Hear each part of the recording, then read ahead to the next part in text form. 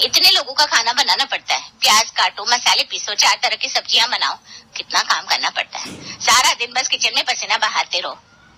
हाँ भाभी, मुझे तो ये भी याद नहीं कि आखिरी बार पार्लर कब गई थी। टाइम ही नहीं मिलता, सारा दिन बस घर के काम में निकल जाता है। वही तो, सारा टाइम बस खाना बनाने और खिलाने में निकल जाता है। किचन में खाना बनाते हुए पूजा और श्वेता बातें कर रही थी। तभी घर की बड़ी बहू मंजरी वहां आती। क्या बातें चल रही है मेरी दोनों देवरानियों में, जरा मुझे भी तो बताओ। कुछ नहीं भाभी, बस वही रोज की बातें, और क्या। अब हमारी जिंदगी में बचा ही क्या है रसोई के अलावा। बात तो तुम्हारी सही है, पहले सबके लिए खाना बनाओ, फिर खाए हुए बर्तन साफ करो, तब तक दूसरे टाइम के खाने की तैयारी शुरू हो जाती है। और अगर कोई मेहमान आ जाए तो पार्ट टाइम भी करना पड़ता है। मंजरी की बात सुनकर दोनों हंस पड़ी। इसी तरह तीनों बहुओं ने गपशप करते हुए खाना बनाया और टेबल पर लगा दिया। थोड़ी देर में घर के सभी लोग खाना खाने आ गए। क्या चटनी बनाई है, जीभ पर रखते ही स्वाद आ जाता है। बेटा थोड़ी और चटनी देना। मैंने कहा था आज खाने में लौकी के कोफ्ते बनाया ना? हाँ बनाए भैया, मम्मी जी ने कहा था। हाँ बेटा, इस घर में सबकी पसंद नापसंद का ख्याल तो मुझे ही रखना पड़ता है। किसको खाने में क्या पसंद है सब जानती हूँ मैं। पूजा मन ही मन सोचती है। मम्मी जी तो ऐसे बोल रही हैं जैसे सबकी पसंद का खाना उन्होंने बनाया है। किचन की गर्मी में तपकर खाना बनाए हम और क्रेडिट ले जाए मम्मी जी। मुझसे अब ये सब नहीं होता, कुछ तो आइडिया लगाना पड़ेगा। वाह, ये दमालू तो कमाल गया। घर में खाने का अपना ही मजा है, इसीलिए मैं कभी बाहर का खाना नहीं खाता। घर का खाना इज द बेस्ट। श्वेता धीरे से बड़बड़ाती है। अरे क्यों ही खाएंगे बाहर का खाना, घर में 3-3 शेफ जो लगे हैं आपकी अरे क्यों ही खाएंगे बाहर का खाना, घर में 3-3 शेफ जो लगे हैं आपकी पसंद का खाना बनाने को। परेशान कर रखा है सबने। मम्मी रोहन नहीं आया खाना खाने, वो कहाँ है? बेटा आज उसके दोस्त की बर्थडे पार्टी है, वो आज वहीं खाना खाकर आएगा। पूजा धीरे से कहती है। हे भगवान, मैं ये रोज के प्याज लहसुन काटने से तंग आ गई हूँ। अब तो मुझे मेरी अलग रसोई चाहिए जहाँ मुझे कम काम करना पड़े। पूजा कुछ कहा क्या तूने, जरा जोर से बोला कर। कुछ नहीं मम्मी जी, मैं बस ऐसी श्वेता से बातें कर रही थी। अच्छा। सब खाना खाकर चले गए। अगले दिन सुबह नर्मदा ने चाय बनाते हुए किचन से बहुओं को आवाज दी। अरे मंजरी, पूजा, श्वेता, कहाँ हो सबके सब? आज नाश्ता ने भूख आई रखने का इरादा है क्या? नर्मदा की आवाज सुनकर तीनों बहुएं किचन में आई। पूजा के मन में आज अलग ही खिचड़ी पक रही थी। वो मम्मी जी, मैं आज से प्याज लहसुन को हाथ नहीं लगाऊंगी और ना ही खाऊंगी। बिल्कुल सादा नाश्ता बनाऊंगी।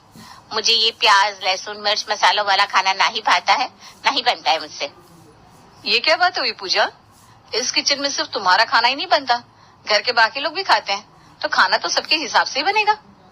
भाभी आपको सबकी इतनी ही फिक्र है तो आप बना लीजिए सारा नाश्ता और खाना। मुझसे ये सब नहीं होगा। और हाँ, अगर सादा और बिना प्याज लहसुन का बनाना है तो बोल दीजिए, मैं अभी बना देती हूँ। पूजा, सब तुम्हारे हिसाब से चले ये तो नहीं होगा। तुम्हें जो खाना है खाओ, कोई मना ही नहीं है, पर सबको जो पसंद है वो बनाना तो होगा ही। मैं कहाँ मना कर रही हूँ मम्मी जी, पर मुझसे ये प्याज नहीं काटे जाएंगे। प्याज लहसुन की स्मेल से मुझे उल्टी आती है। जिसको खाना है शौक से बनाए, खुद भी खाए, सबको खिलाए। अच्छा, तो तुम्हें खाना अलग बनाना है। तुम सिर्फ अपना सादा बिना प्याज लहसुन का खाना बनाओगी और बाकी खाना मैं और श्वेता बनाए, यही चाहती हो ना?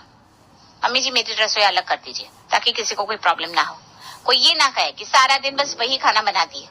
मैं मेरा और प्रथम जी का खाना अलग बना लूंगी। तूने प्रथम से पूछा है? वो खा लेगा सादा बिना मसाले वाला खाना? लौकी तोरई का नाम तो उसे पसंद नहीं है। नहीं मम्मी जी, उन्हें कोई प्रॉब्लम नहीं होगी, वो तो खा लेंगे सादा खाना।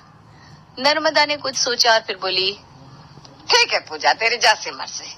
आज से तुम्हारी रसोई अलग होगी, तुम्हारे बर्तन भी अलग होंगे और खाना अपने हिसाब से बनाओ, बिल्कुल सादा और बिना प्याज लहसुन का। पर मैं और तुम्हारे पापा जी तुम्हारी रसोई का खाना भी खाएंगे, ये याद रखना। पर मम्मी जी आप दोनों रसोई का खाना कैसे खाएंगी? आखिर पेट ही तो है आपका। पूजा तू मुझे मत सिखा, तुझे जितना बोला है उतना कर।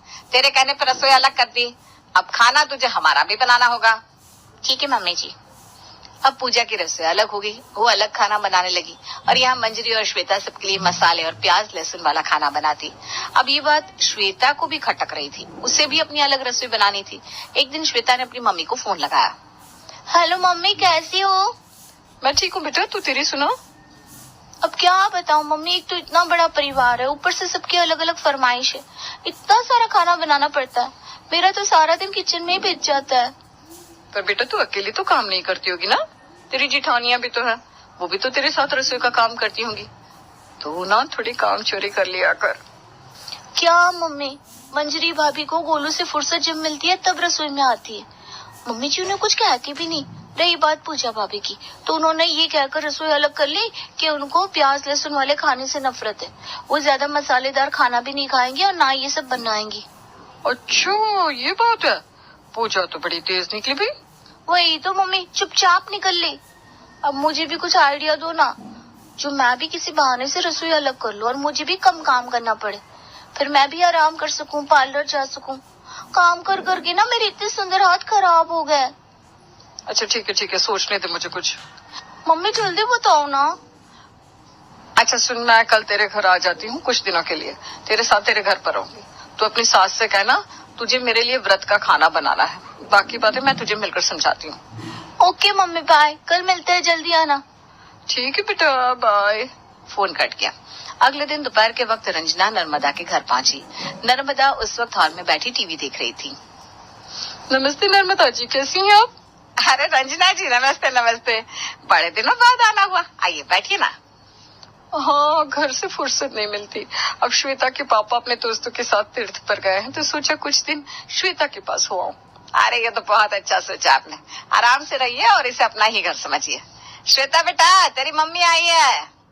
श्वेता मम्मी की बात सुनकर किचन से आई और आकर अपनी मम्मी के गले लग गई। हाय मेरी बच्ची, कैसी है तू? बहुत दुबली हो गई है बेटा। मैं ठीक हूँ मम्मी, बस थोड़ा काम ज्यादा रहता है ना यहाँ, इसीलिए शायद आपको मैं दुबली लग रही हूँ। हर माँ बाप को अपने बच्चे दुबले ही लगते हैं, पर ऐसा कुछ नहीं है रंजना जी, आपकी बेटी बिल्कुल भली चंगी है, आप चिंता मत कीजिए। श्वेता जाओ अपनी मम्मी को अंदर ले जाओ, सफर से आई है ना, थोड़ा आराम कर लेंगी। जी मम्मी जी।